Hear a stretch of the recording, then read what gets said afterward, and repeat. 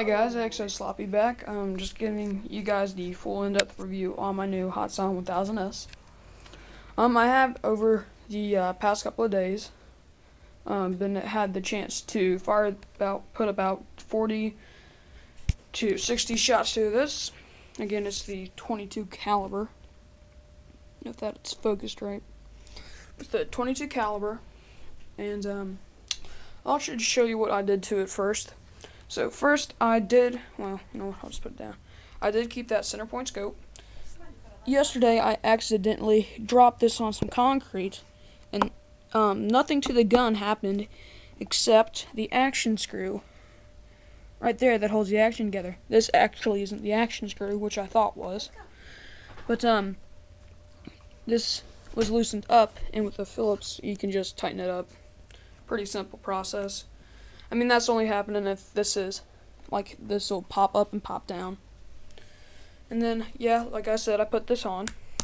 It's a little scratched up right there, and a little right there. I haven't checked it because I wasn't at my range today, so I didn't even have it sighted in the first place. But yeah, to fit this on, I had to take off the front sight, or the rear sight, which I didn't like doing, but I did it anyways. And I had to take off the scope stop because the scope's so dang long that I couldn't open the barrel with the scope stop on. I don't know if I like that because the scope stop was definitely gonna help, but I do like that I can have my scope farther back. Now this is a full-length gun. It's about as full length as your regular rifle, but it doesn't deliver on energy like a regular rifle, like a 300 Winchester Magnum. But yeah, so this is a pretty accurate rifle I could get when I was trying to get grouping, which I haven't really started because I'm just trying to break it in. The cocking effort's almost broke in. Like I said, only 60 shots through it. I usually like to see about 100 to 150 for a full break-in. Of course, not span over like an entire time. You know, give your gun some time to, I don't know. If you have a springer, give your spring some time to relax. I don't know. This is the gas version, which is the only reason I got this, the gas ram.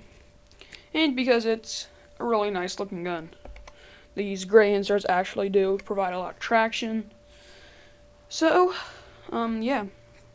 Not a whole lot to talk about on here. Power reasons. I don't know the exact power on this gun.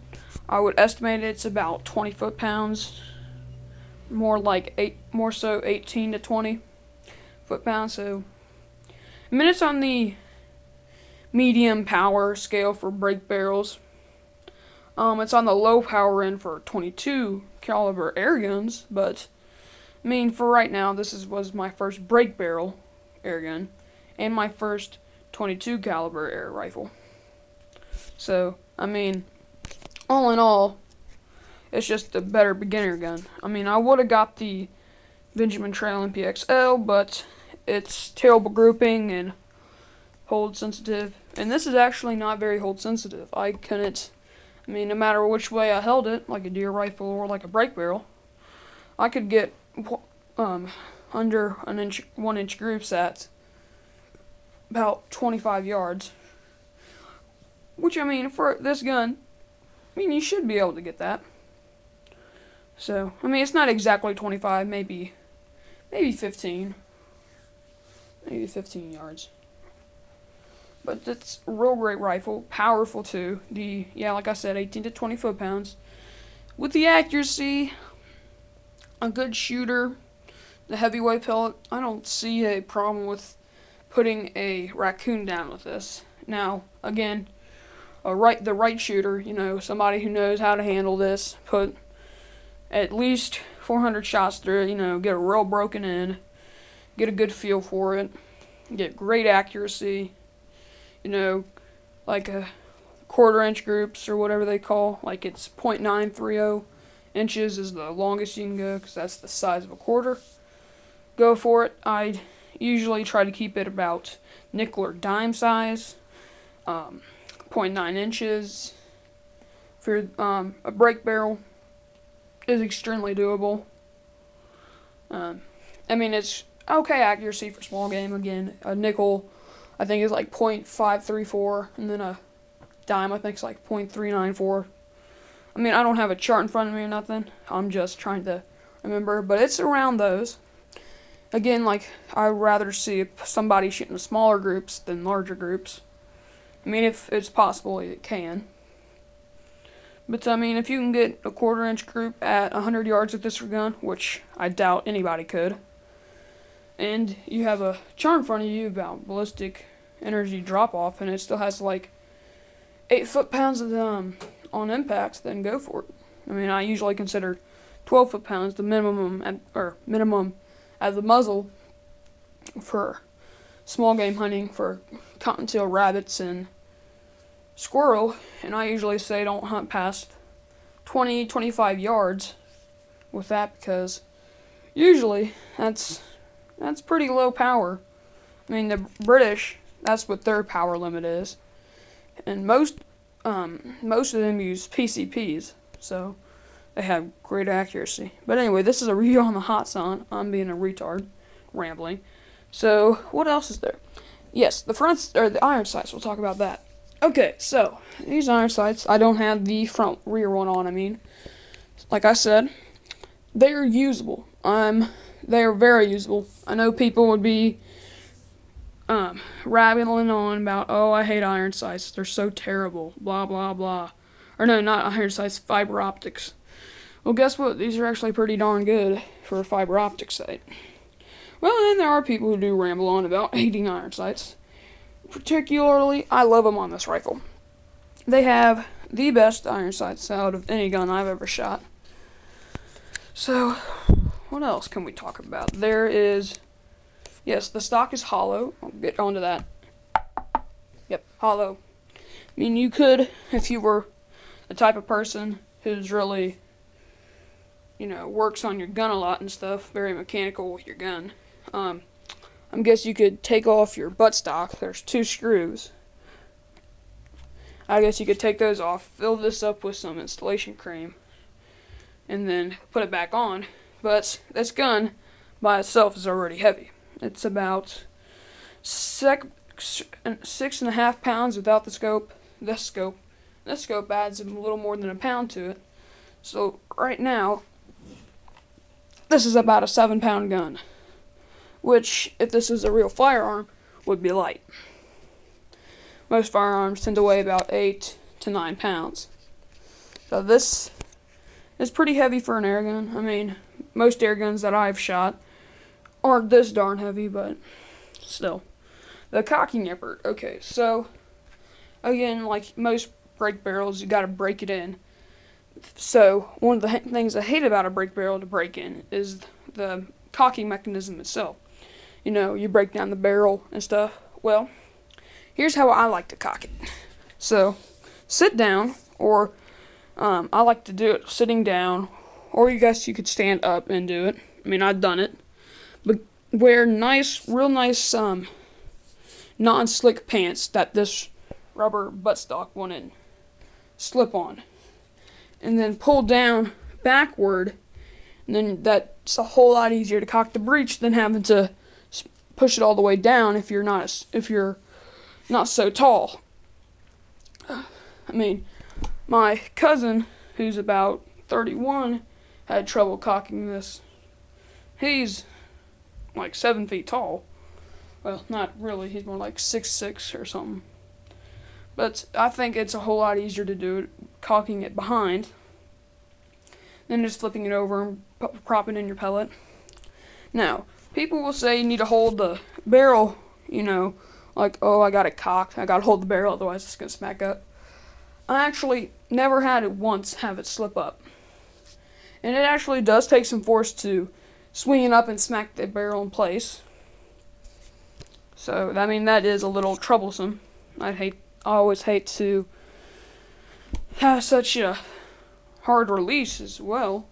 But I mean, it's a powerful gun. It will pay off during hunting season. I'll just do a little quick overview on the scope.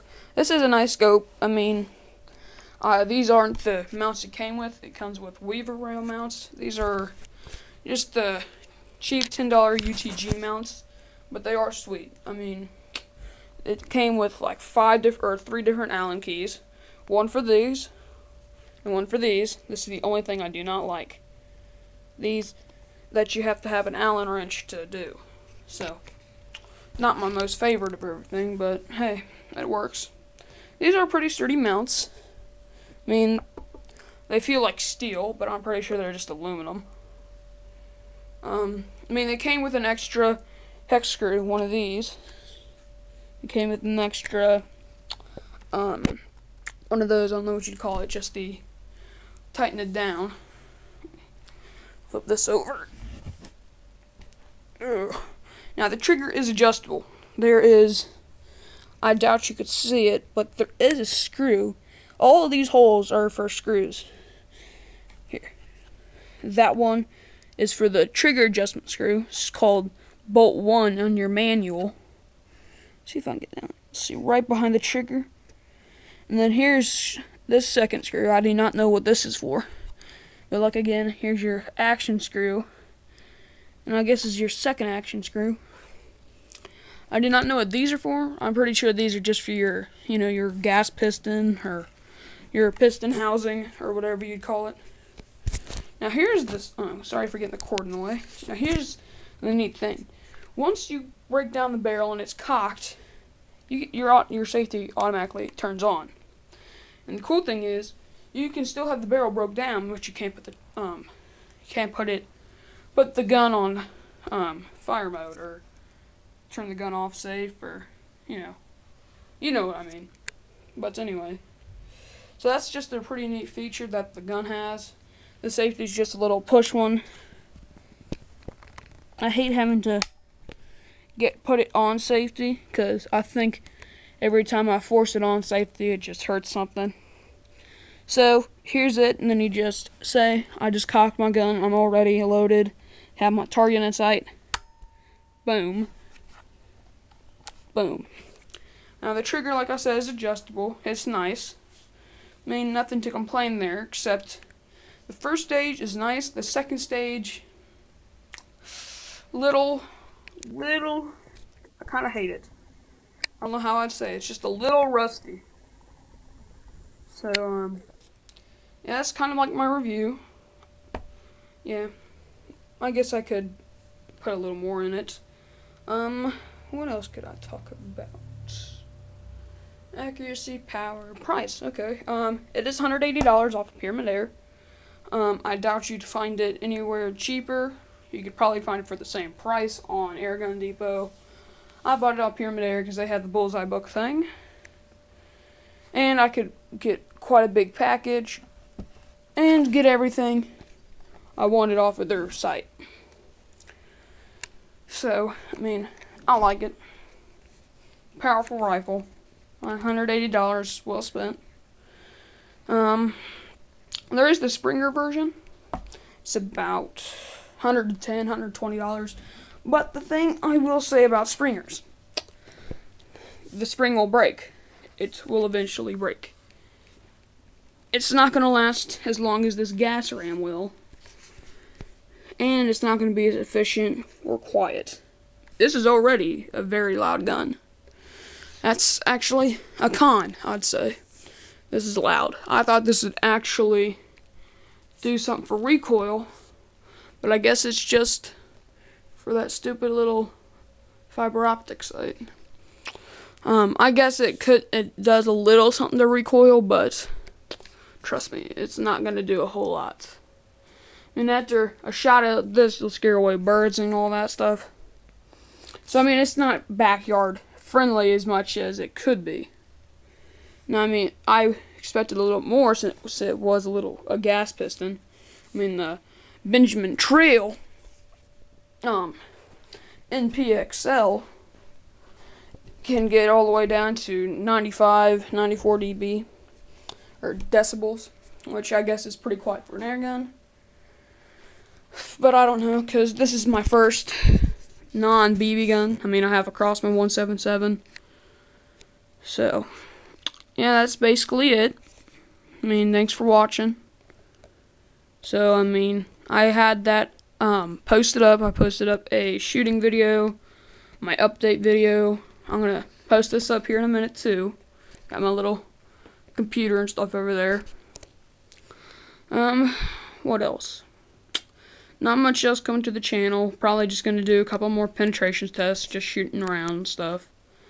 I'm not going on a hunt no time soon. It's June 14th today.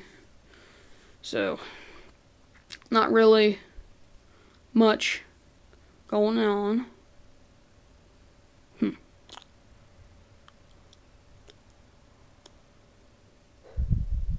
So yeah, I'll just put up some shooting videos. Maybe even a planking video, but I know those would be boring. Just me shooting a couple cans, all that junk. Don't know. I will do a full review on this scope as soon as I'm done filming this. So, goodbye. Thanks for watching. See you later.